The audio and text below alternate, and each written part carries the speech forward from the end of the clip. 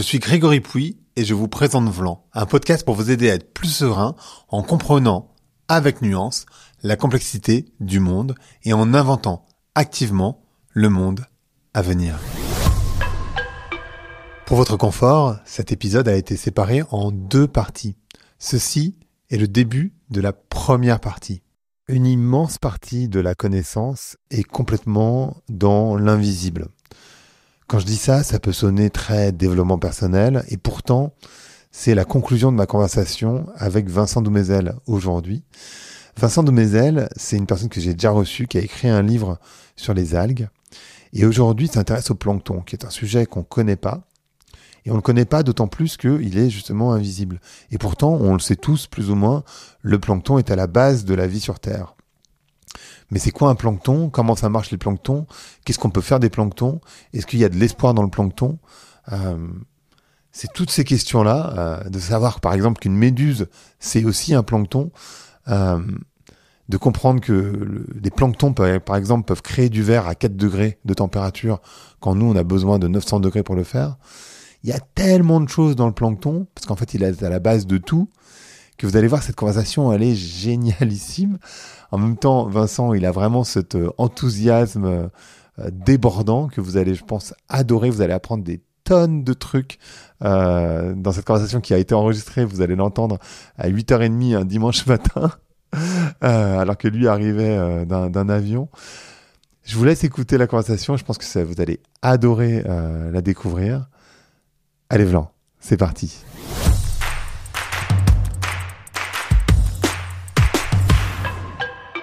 Donc bonjour à toutes, bonjour à tous, bonjour Vincent. Bonjour. Comment tu vas ? Ça va super. Pas trop fatigué ? Non, ça va. Nuit dans l'avion, mais comme d'habitude. Voilà, c'est ça. Il faut savoir qu'on est dimanche matin, il est 8h30. Ouais. Tu viens d'arriver. Et je reviens des Caraïbes, ouais. Et moi, je viens de me lever. Donc voilà, tout va bien. Ouais, vous êtes dans le contexte, vous êtes avec nous. Vous pouvez voir la vidéo sur YouTube. C'est ça. Vous verrez nos têtes. J'ai une excuse pour avoir des cernes, moi. On va parler de plancton. Mais avant de parler de plancton, nous, on avait déjà fait un épisode sur les algues ensemble, qui était assez exceptionnel. J'avais trouvé. Merci. Et un truc que je me dis, c'est que quand on considère la planète en tant qu'humain, on considère pas trop la mer. Tu vois ce que je veux dire ? En général, on pense, tu vois, à la pollution. Déjà, on sait pas en général que l'océan capture 70% du carbone qu'on émet. Alors du coup, on parle 30. 30. Ah, je pense que c'est 70. Non, 30, ouais, je dis des conneries en plus. Okay. 30. Merci, c'est le matin. Les planctons d'ailleurs, on en reparlera. Mais voilà, avec l'acidification des océans, etc. Ça, j'ai pas tort. Ouais, enfin, on pourra en reparler aussi. C'est un problème en effet. Ouais. Mais c'est vrai qu'on a tendance à ignorer l'océan, non ? Complètement, en fait, c'est une vraie problématique. L'océan, c'est quand même 71% de la surface de la planète. C'est ça que je voulais dire. Et c'est 96% de l'espace habitable, parce qu'on réalise pas bien que l'océan, c'est 3700 mètres de profondeur en moyenne, et il y a de la vie à tous les étages. Alors que finalement, sur Terre, il y a de la vie sur 10, 30, 50 mètres max, mais après ça disparaît, donc on parle pas de 3700 mètres dans l'atmosphère en haut, à part 2-3 hirondelles, il y a pas grand-chose. Donc du coup, dans l'océan, il y a beaucoup d'espace. Donc 96% de l'espace habitable sur la planète, c'est dans l'océan. C'est surtout 90% de l'histoire de la vie sur Terre aussi, en fait. Faut savoir que jusqu'à il y a 1,5 milliard d'années, la vie est née il y a 4 milliards d'années, et jusqu'à il y a 1,5 milliard d'années, elle était uniquement dans l'océan, la vie. Elle a colonisé la Terre. Les planctons d'ailleurs, on pourra en reparler, ont colonisé la Terre il y a 1,5 milliard d'années seulement. Donc c'est vraiment un épiphénomène, cette vie sur Terre, pour l'instant. Et moi, ce qui m'a amené, on parlait des algues, ce qui m'a amené aux algues, c'est vraiment ce chiffre de dire 71% de la planète, 96% de l'espace habitable et 2% de notre alimentation en calories. Ouais. Donc on a cette espèce on a surexploité les 4% de l'espace habitable de notre planète qui sont terrestres pour ignorer complètement la partie océanique. Comment tu l'expliques ? Comment c'est possible qu'on soit pas intéressé ou qu'on s'intéresse pas aux océans ? Parce qu'en fait, nous, on vit pas dans l'océan. Peut-être que Musk, plutôt que d'aller sur Mars, il va vouloir vivre dans l'océan. Alors, je pense qu'on connaîtra bientôt mieux ce qui se passe sur Mars que ce qui se passe dans l'océan. C'est un milieu, oui, qui nous est étranger. C'est un peu la dernière frontière. C'est l'aventure, c'est l'inconnu. Et en effet, on n'a pas assez pris conscience de ce qui s'y passait. c'est plus complexe et il y a un élément aussi qui nous échappe et qui nous est c'est pour ça que je me suis intéressé au plancton aussi, c'est que l'essentiel de la vie dans l'océan elle est invisible à nos yeux et jusqu'à il y a 10 ou 20 ans elle était inaccessible, enfin on pouvait pas la comprendre. Au début, il y a quelques siècles, les botanistes, on va dire, s'interrogeaient, savoir qu'est-ce que mangeait le poisson, pourquoi il arrivait à vivre au large où il y a rien. De quoi il se nourrissait le poisson finalement. Ça a été longtemps un mystère. Cette vie microscopique dans les océans, le plancton donc, qui dérive, elle est née, elle a été comprise il y a quelques siècles, 2-3 siècles maximum, avec l'invention du microscope en 18e siècle. Et encore à l'époque, on n'en voit que les plus gros spécimens, que les plus évidents. C'est vraiment le séquençage ADN, les satellites et les grandes avancées technologiques des 10 dernières années ou 20 dernières années qui ont permis de comprendre cette vie microscopique. Et ce plancton, dont on va reparler, c'est 95% de la vie des océans. On parle tous des baleines, des dauphins, des algues, des mangroves, mais c'est anecdotique absolument. L'essentiel de la biomasse dans les océans, elle est microscopique et dérivante, c'est du plancton. Mais alors du coup, je fais l'avocat du diable, entre guillemets.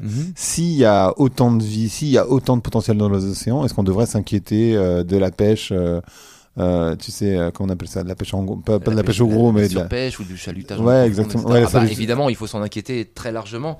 Ces pêches sont dramatiques puisqu'elles vont éradiquer des espèces et elles vont créer des déséquilibres écosystémiques. En fait, on va dans tous les sens là, mais oui, il faut s'inquiéter de la pêche et il faut la limiter, mais je dirais que c'est pas suffisant. Il faut avoir une approche écosystémique de ces pêches. C'est-à-dire que c'est bien beau de se dire il y a un stock et il y a un prélèvement qui est fait, mais il faut avant tout comprendre d'où vient ce stock et pourquoi et comment il est créé. Et il est créé parce qu'il mange du plancton. Donc si on favorise le plancton, on va favoriser le stock et donc on va résoudre des problèmes. Ce qui n'empêche pas qu'il faut extrêmement maîtriser et qu'on est dans un statut de surpêche un peu partout.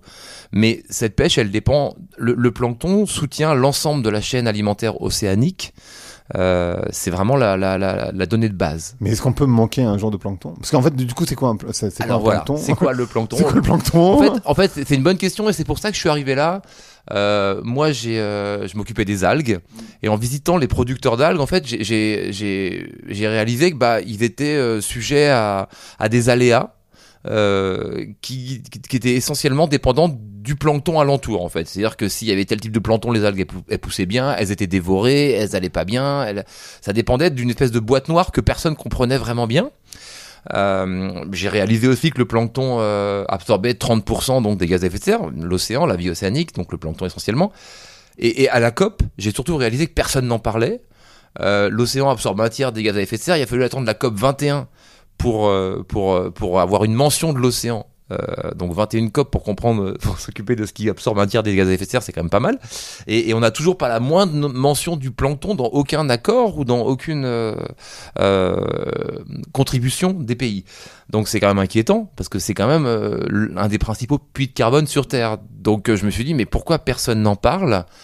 Alors que le plancton, en plus, c'est la source de toute la vie sur Terre, c'est l'essentiel de l'histoire terrestre, c'est la base de toute l'évolution, c'est le premier organisme sur Terre, c'est vraiment la source de tout, en fait. C'est ce qui a créé l'oxygène, c'est ce qui a créé notre pétrole, c'est ce qui a créé les falaises d'Étretat, les cathédrales de Rouen, les pyramides de Gizeh, tout ça, c'est du plancton, en fait. Les craies qu'on utilise à l'école pour écrire au tableau noir, c'est du plancton mort, c'est des cadavres de plancton, tout ça, on pourrait y revenir.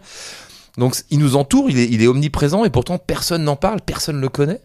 Et je me suis dit qu'il fallait en parler et surtout parler du rôle écologique qu'il avait puisque c'est la base de tous les cycles géochimiques sur la planète. C'est-à-dire qu'est-ce qui recycle l'eau, qu'est-ce qui recycle le carbone, qu'est-ce qui recycle les nitrates, qu'est-ce qui recycle les phosphates, tout ça, l'oxygène a fortiori, tout ça c'est recyclé par le plancton en grande partie et personne n'en parle. Donc ce que j'ai fait, c'est qu'avec l'ONU, j'ai rassemblé les 40 plus grands chercheurs, ceux que j'estimais, ceux qu'on m'a recommandé en tout cas, sur le sujet, à travers le monde. Et pendant 6 mois, on a travaillé à un document de 20 pages qui soulignait le rôle du plancton et ce qu'il fallait faire. Pour le préserver ou pour préserver, on va dire, les communautés existantes. Puisque ce qui a permis le développement de la vie sur Terre tel qu'il est aujourd'hui, c'est des communautés de plancton. Le plancton, il a réchauffé la planète, il a détruit la vie plusieurs fois, il a des types de vie en tout cas, il a généré des extinctions de masse énormes. Et le vivant impacte le vivant toujours, de toute façon. Et aujourd'hui, cette stabilité qu'on a, cet écosystème qu'on a, il est dépendant d'une communauté de plancton qui change, que nos activités font changer en fait. C'est-à-dire que notre impact humain détruit un type de plancton pour en favoriser un autre. D'ailleurs, en favoriser un autre qui va plutôt être sous forme de marées d'algues invasives et toxiques parfois, ou de soupes de méduses, etc. Donc, ce déséquilibre, il faut s'en préoccuper. Donc ce manifeste, il visait à alerter. Il a été sorti à l'Assemblée générale de l'ONU en 2024 à New York. On l'a sorti ensemble avec tous les spécialistes en vue de la grande conférence de l'océan qui se tiendra à Nice en juin prochain. Et donc l'idée c'était de porter ce message. Et d'ailleurs il a été porté à la COP biodiversité de Cali aussi, ce manifeste. Donc l'idée c'est de se dire qu'est-ce qu'on peut dire sur le plancton. Et finalement 20 pages, je me suis rendu compte que ça suffisait pas vraiment. Donc j'ai décidé de sortir un livre en travaillant encore avec ces scientifiques pour essayer d'approfondir un peu le sujet qui est absolument fascinant et sans limite. Et en fait, ce qui est vraiment intéressant, c'est que c'est nouveau. C'est-à-dire qu'on a une explosion de la recherche sur le plancton depuis 10-20 ans, parce qu'on ne pouvait pas le comprendre avant d'avoir des satellites, puisque le plancton donne la couleur aux océans, donc il faut des satellites pour comprendre comment il se déplace, où il est, etc. Il faut du séquençage ADN pour identifier les différents types de plancton, puisque le microscope, il n'identifie pas tout. Et il faut des intelligences artificielles et des big data pour vraiment comprendre les interactions entre ces différents types d'organismes qui sont extrêmement complexes. Donc voilà. Et pour répondre et donc c'est d'où l'idée de ce manifeste et d'où l'idée d'expliquer ce qu'est le plancton. Et pour répondre simplement à la question, j'y arrive. Qu'est-ce que le plancton ? Le plancton, c'est tout ce qui dérive dans l'océan. En fait, c'est tout ce qui ne remonte pas contre le courant. Voilà. Donc on a le plancton et le necton. Le necton, c'est ce qui nage contre le courant. Et les poissons. Voilà. Aussi. Les cétacés, etc. Tout ce qui est dans ça, c'est des nectons. Ça, c'est des nectons. J'avais jamais entendu le mot. On va diviser la vie dans l'océan entre le benthique, qui est dans les sédiments, qui est dans les fonds marins, ouais, et le pélagique, qui est dans la colonne d'eau. Dans le pélagique, on divise entre le necton et le plancton. Le plancton, c'est tout ce qui dérive, tout ce qui ne peut pas remonter, mais qui est vivant. Bah oui, on parle de ce qui est vivant. Et ce qui est intéressant, c'est que finalement, c'est le plancton qui a déclenché l'évolution. Puisque quand on est benthique, on n'évolue pas tellement, parce qu'on rencontre pas grand monde. Alors que quand on se met à dériver, on va rencontrer plein d'autres organismes, favoriser des symbioses, des évolutions, des partenariats, et faire que l'évolution va démarrer et la grande histoire de l'humanité commence. Donc ce plancton, ce qu'il faut voir, c'est que c'est aussi un spectre extrêmement vaste d'organismes, hein. On parle des tout petits virus qui vont être picoscopiques, donc de l'ordre de 10 milliards de fois plus petits que le millimètre, donc vraiment quelque chose de très petit. Et on parle aussi des méduses, qui peuvent atteindre 2 mètres de large, 36 mètres si on compte les tentacules, voire des siphonophores, qui sont les animaux les plus longs du monde, qui peuvent mesurer, qui sont des grands rubans gélatineux, qui mesurent jusqu'à 100 mètres de longueur. Donc en fait... Attends, une méduse, c'est un plancton, non ? Ah, une méduse, c'est un plancton, ça ne remonte pas contre le courant, exactement. Ah bon ? Ouais, alors déjà, qu'est-ce qu'une méduse ? On pourrait en discuter aussi, parce que c'est un abus de langage. Méduse correspond à un stade de développement, et c'est un peu comme si on parlait d'un adulte pour tout ce qui vit sur Terre. Mais bon, bref, gardons les choses simples. Les gélatineux, on va dire, ce sont tous des planctons, en effet. Donc en fait, ce qu'il faut voir, c'est qu'en termes de taille, si on compare un virus picoscopique à un siphonophore, ça équivaut à comparer une fourmi à la taille de l'Angleterre, en fait. Oui, c'est ça. Donc on parle d'organismes qui sont extrêmement vastes, extrêmement diversifiés. L'essentiel des planctons, il reste microscopique. On n'y comprend pas bien grand-chose. Alors historiquement, on a décomposé ça entre phytoplancton et zooplancton, parce qu'on se dit, sur Terre, il y a les animaux, les végétaux. On va dire que c'est pareil dans l'océan. Il y a les animaux, les végétaux. Donc les animaux, ils sont hétérotrophes, ils mangent des organismes, et puis les animaux, ils sont photosynthétiques. Les végétaux, ils sont photosynthétiques. Donc ils utilisent l'énergie du soleil pour créer de la matière. Sauf que les planctons, ils sont les deux. Pour l'essentiel, ils sont à la fois animal et végétal. Donc on a découvert ça plutôt récemment, mais c'est-à-dire qu'ils sont capables à la fois de créer de la matière à partir du soleil, c'est eux qui ont inventé la photosynthèse, c'est cyanobactéries, et ils sont à la fois aussi capables de manger d'autres planctons pour se nourrir. Donc ils sont on les a appelés un temps des végimaux d'ailleurs. Et aujourd'hui on dit plutôt mixoplancton.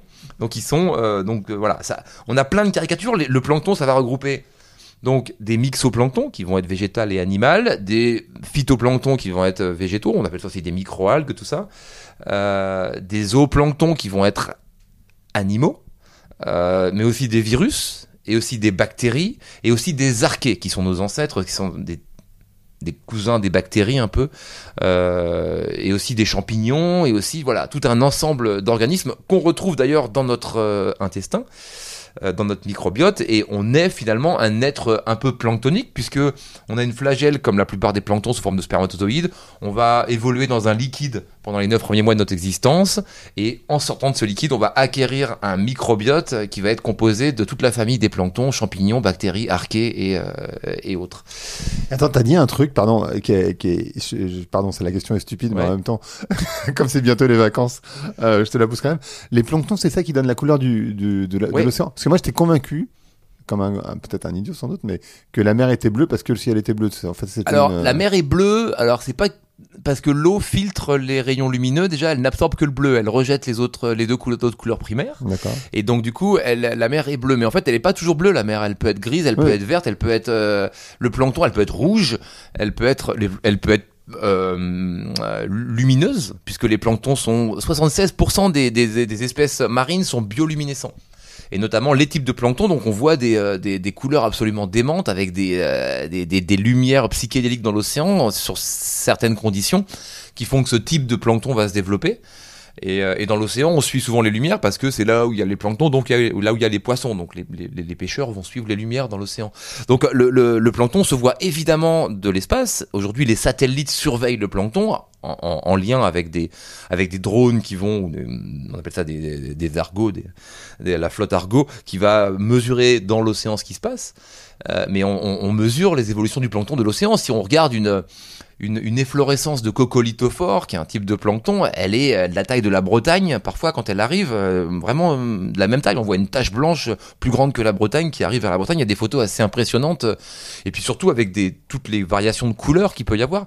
Le plancton donne ses couleurs à l'océan, mais et pas seulement d'ailleurs. Il va aussi envahir les montagnes, puisqu'il y a du plancton, les neiges sanglantes connues sur les montagnes. C'est du plancton en fait on ne sait pas trop comment il arrive là, mais il arrive dans les montagnes, dans la neige, il va donner une couleur de sang aux montagnes en fait, ce qui est un vrai problème par ailleurs parce qu'il se développe ce phénomène.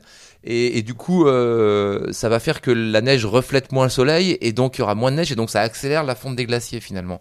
J'ai jamais entendu parler de ça. De neige sanglante. Ah si, c'est neige sanglante. C'est un phénomène qui est depuis très longtemps décrit, depuis Aristote. On en a parlé. Et c'est des phénomènes, oui, où les neiges deviennent, ou même les pluies sanglantes. Le plancton, il a donné quand dans la Bible on voit les poissons qui meurent et tout le Nil c'est les planctons c'est une efflorescence de plancton qui a tué tous les poissons.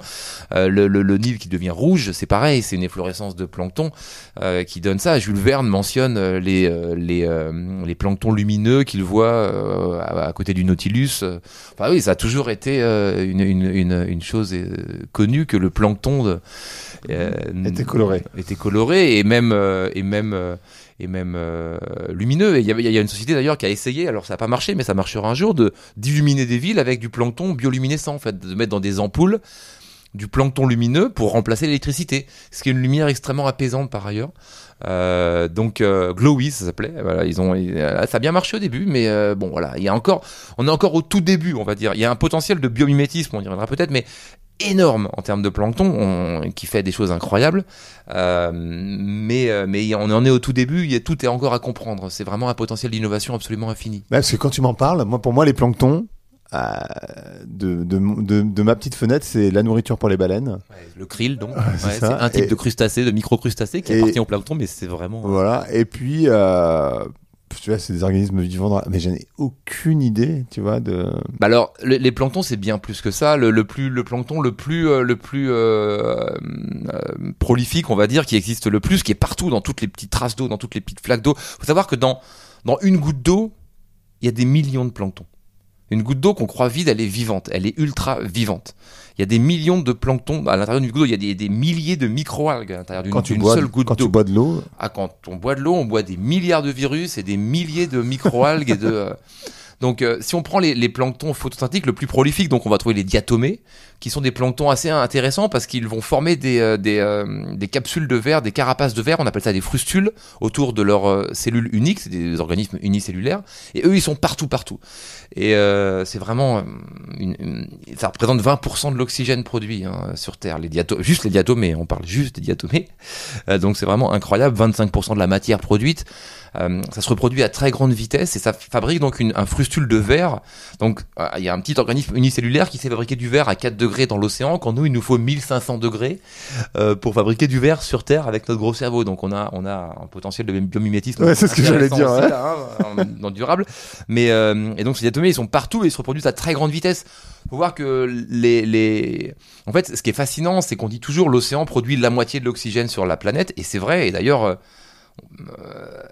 c'est un plancton qui a créé ça, et il y a 2,5 milliards d'années, l'oxygène, c'est des cyanobactéries qui sont mises à dériver, et à l'époque la vie elle était uniquement anaérobie, c'est-à-dire sans oxygène. Donc en gros il y a un plancton qui s'est dit je vais casser le CO2, je vais faire de la photosynthèse, qui a été l'invention de l'histoire de la vie, et donc je vais casser le CO2 entre le carbone et rejeter l'oxygène, et moi je vais utiliser le carbone pour me faire de la matière. Génial comme invention, sauf qu'à l'époque personne vivait avec de l'oxygène, donc ce qui était un gaz toxique et destructeur pour la vie. Donc cette création d'oxygène a créé ce qu'on appelle la grande oxydation, parce qu'elle a au début réagi avec le fer avant de... Voilà, et ça a éradiqué, pour faire court, 95% de la vie sur Terre. La création d'oxygène. Ouais. Ça a été la première vraie grande extinction de masse, sachant que dans les extinctions de masse qu'on répertorie aujourd'hui officiellement, c'est que le multicellulaire, donc c'est que depuis 1,5 milliard d'années, donc c'est depuis que... Mais tout ce qui est unicellulaire, on les compte pas, mais il y en a eu des tonnes. Et donc, en effet, les cyanobactéries, dont on ne sait pas d'où elles viennent, d'ailleurs on pourrait y revenir, mais peut-être de l'espace, peut-être. Ouais, c'est un truc de fou. Et les cyanobactéries, elles ont mis à disposition l'oxygène, et elles ont, en faisant ça, détruit la vie. Mais elles ont créé un nouveau rythme d'évolution qui a permis à d'autres vies de se créer, et à nos ancêtres et à nous-mêmes d'arriver. Donc le plancton est à la base de tout, encore une fois. Donc ces cyanobactéries et ces planctons aujourd'hui, ils créent encore, ça représente 0,2% de la biomasse mondiale, ce plancton photosynthétique, et ça produit la moitié de l'oxygène disponible sur la planète. Donc on imagine, alors que les plantes représentent 83% de la biomasse et produisent autant d'oxygène, c'est-à-dire 50%. C'est 50% de plancton, 50% des plantes. Des plantes, une forêt, il faut 10 à 20 ans pour qu'elle se régénère entièrement. Le plancton, en 5 jours, il se régénère entièrement. La production de plancton tous les jours, de phytoplancton tous les jours sur Terre, si on en faisait une planche de bois, elle irait tous les jours de la Terre à la Lune. Donc c'est une... Attends, répète-moi ça. Il est 8h30 du matin. Ouais, la production de phytoplancton qui se fait tous les jours. En fait, le plancton, il se produit à un rythme extrêmement rapide. C'est une machine à produire de la matière. Ouais. Mais vraiment d'une efficacité sans limite. Si on prenait tous ces phytoplanctons qui sont créés tous les jours et qu'on en faisait une planche de bois de 7 cm sur 30 cm, elle irait tous les jours de la Terre à la Lune. Donc c'est une quantité de matière qui est produite qui est phénoménale. Donc le plancton, ça a été le début de la vie sur Terre. Lucas, ce qu'on appelle le Last Universal Common Ancestor, qui est la première... En fait, ce qui est fou, c'est de se dire que la Terre, c'est une poussière d'étoiles que le plancton a transformée en biosphère. Donc en fait, il y a 4,5 milliards d'années, la vie, la Terre se crée. Il y a de la lave et de la roche en fusion. Et donc la question, c'est de se dire comment une cellule de vie a pu apparaître là-dedans. Des scientifiques pensent que ça peut venir de l'espace. C'est-à-dire qu'il y a on sait que une partie des océans, voilà, une partie des océans est plus ancienne que notre système solaire. Ouais. Ça, je savais pas. Si. Que notre planète, mais que notre système solaire. Donc on imagine des météorites glacées, en effet, qui apportent une partie de l'océan et qui apportent potentiellement des cellules de vie. Une cellule de vie qui va évoluer, etc. Il y a des météorites d'eau, glacées, qui sont, mais suffisamment pour créer autant de... Oui, ça a été un bombardement. En fait, la vie, elle a commencé il y a 4,2 milliards d'années. Aujourd'hui, on le sait, c'est quelque chose de récent. Ce qui paraît beaucoup trop court pour qu'en 300 millions d'années seulement, dans un environnement aussi hostile que la Terre l'était à l'époque, permettre le développement d'une cellule de vie qui est d'une complexité sans nom. Donc on pense que potentiellement ça a pu venir. Et alors, on va digresser un peu, mais ça m'interpelle sur un autre sujet. C'est-à-dire récemment, j'ai visité un site de la NASA. J'ai visité un site de l'ESA, la European Space Agency, l'agence européenne. L'agence européenne, mais la NASA fait la même chose, qui utilise des planctons, donc qu'on connaît bien, les spirulines, pour élever ces spirulines dans l'espace et nourrir les astronautes. Alors pourquoi ? Parce que les spirulines, c'est pratique, hein. Quand on respire dans l'espace, on va dégager du gaz carbonique. Les spirulines, le gaz carbonique, elles vont en faire de la nourriture ultra riche et de l'oxygène. Donc on a besoin des deux dans l'espace, c'est assez pratique. Pour les détails, il faudra quand même assurer un petit apport d'azote qu'on trouvera assez facilement sous forme d'ammoniac dans notre urine. Donc il faudra pisser sur les spirulines et tout ira bien. La spiruline n'étant pas une algue, hein. Si je me souviens bien de ce que tu m'avais dit. C'est une cyanobactérie, elle peut être assimilée aux microalgues, c'est un peu complexe. Là encore, les frontières de la biologie marine sont assez floues, on y connaît tellement peu de choses, mais en effet, c'est pas une algue, c'est une cyanobactérie. Bref, c'est du plancton quand même tout ça, et en tout cas ça c'est sûr. Et donc ils emmènent du plancton dans l'espace pour pouvoir nourrir les astronautes et leur assurer un cycle du carbone et de l'oxygène en fait. Et puis ils se disent aussi que une fois arrivés sur notre planète, on va plutôt que planter des arbres, on va plutôt prendre des cyanobactéries, ça a l'air un petit peu plus résistant et adaptable que des arbres. D'ailleurs, voilà. Et donc il y a un côté assez dingue à se dire, quand j'ai visité ce site, et se dire que la NASA fait la même chose, Bios 5 en Russie fait la même chose, utiliser des microalgues ou des cyanobactéries pour nourrir les astronautes dans l'espace et conquérir d'autres planètes. Et on se dit finalement, il y a ces bactéries donc, qui sont arrivées il y a 4 milliards d'années sur Terre, peut-être avec des météorites, qui ont créé tout ce qu'il y a sur Terre, c'est-à-dire l'oxygène, l'ozone, les êtres humains, les animaux, tout, qui ont colonisé des êtres humains à l'intérieur, puisqu'on sait qu'on a 10 fois plus de cellules bactériennes en nous que de cellules humaines, donc on est beaucoup plus un être bactérien utilisant un exosquelette humain, et qu'aujourd'hui, ces bactéries, elles vont retourner dans l'espace, coloniser d'autres planètes après 4 milliards d'années. Donc peut-être que c'est ça le vrai dessein de la vie sur Terre, c'est d'être une étape en fait vers une colonisation bactérienne de l'espace. Je sais pas. Enfin bon, ça c'était une petite pensée comme ça en passant. La petite pensée du dimanche matin. C'est fou. Alors attends, parce que en fait tu me dis tellement de trucs et t'es tellement enjoué, c'est pas forcément simple de canaliser le truc, mais le truc, quand je dis le truc c'est toi donc. C'est ça. Le truc Vincent. Alors attends, parce qu'en fait je me dis donc le plancton est à l'origine de la vie. Le plancton est partout. J'avais aucune idée que les méduses étaient des planctons. Ouais.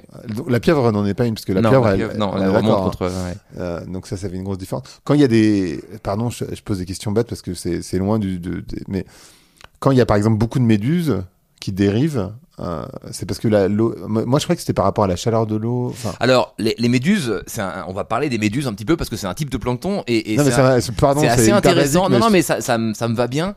C'est un type de plancton assez intéressant. C'est un type d'animal en général assez intéressant parce que il résiste à tout. C'est le seul animal alors, les méduses ont dominé la planète il y a 600 millions d'années, pendant quelques dizaines de millions d'années. Et ils ont survécu à toutes les 5 extinctions de masse. Ils ont optimisé leur organisme de façon incroyable. Une méduse, ça va pondre jusqu'à 19 000 œufs par jour. Ah ouais, productif la méduse. Donc il y en a pas mal qui meurent, mais ça survit à tout. Ça adore les eaux chaudes, donc notre réchauffement climatique, elle adore. L'acidification des océans, elles aiment bien aussi parce que ça va empêcher les coquillages et les petits planctons de créer une carapace trop dure en carbonate de calcium. Donc ça va les rendre plus digestes pour les méduses. Donc elles aiment plutôt bien. Les pollutions plastiques, les méduses adorent. Ça va tuer les tortues qui vont prendre les sacs plastiques pour une méduse et les manger. Donc se tuer avec les sacs plastiques. Et donc ça les dégâts, ça leur enlève des prédateurs. Donc c'est plutôt sympa pour elles. Et puis elles vont même plus loin. La grande flottabilité des microplastiques va permettre aux méduses de déposer leurs œufs dessus et faire que leurs œufs vont flotter très loin à l'horizon pour envahir le monde. Et les méduses surtout bénéficient énormément de la surpêche aussi. La surpêche va tuer les prédateurs poissons des méduses et va tuer les compétiteurs des méduses. Et en plus, les méduses, elles se nourrissent de larves de poissons. Donc on voit le prédateur et le compétiteur qui meurent et elles qui bouffent les restes de larves qui existent. Donc ça contribue à éradiquer aussi les poissons. Et elles adorent aussi les pesticides et l'azote et le phosphate qu'on balance dans l'océan, puisque ça favorise l'efflorescence de plancton dont elles se nourrissent. Donc en gros, tout ce qu'on fait de mal, les méduses adorent. Donc elles évoluent, elles explosent. Aujourd'hui, on parle d'un océan de méduses. On a eu en Irlande du Nord une attaque d'un banc de méduses de 26 km². Ouais, sur 100 mètres de profondeur, avec je sais pas 800 organismes par individu par mètre carré, qui a détruit 100 000 saumons qu'ils ont infectés et dévorés en fait. Ça mange des saumons. Ah ouais, ça bouffe tout en fait, ça détruit tout et ça va tout bouffer en morceaux. Donc ouais, c'est optimisé au maximum. Ça a pas de muscles, ça a pas de cerveau, ça a pas de cœur, ça a pas de sang. C'est vraiment un organisme extrêmement efficace, on va dire, à survivre. Et voilà, aujourd'hui on voit alors il y a des méduses, elles piquent, certaines pas trop graves, d'autres de façon très grave. La méduse boîte, elle contient assez de poison en Australie, elle contient assez de poison pour tuer 60 personnes.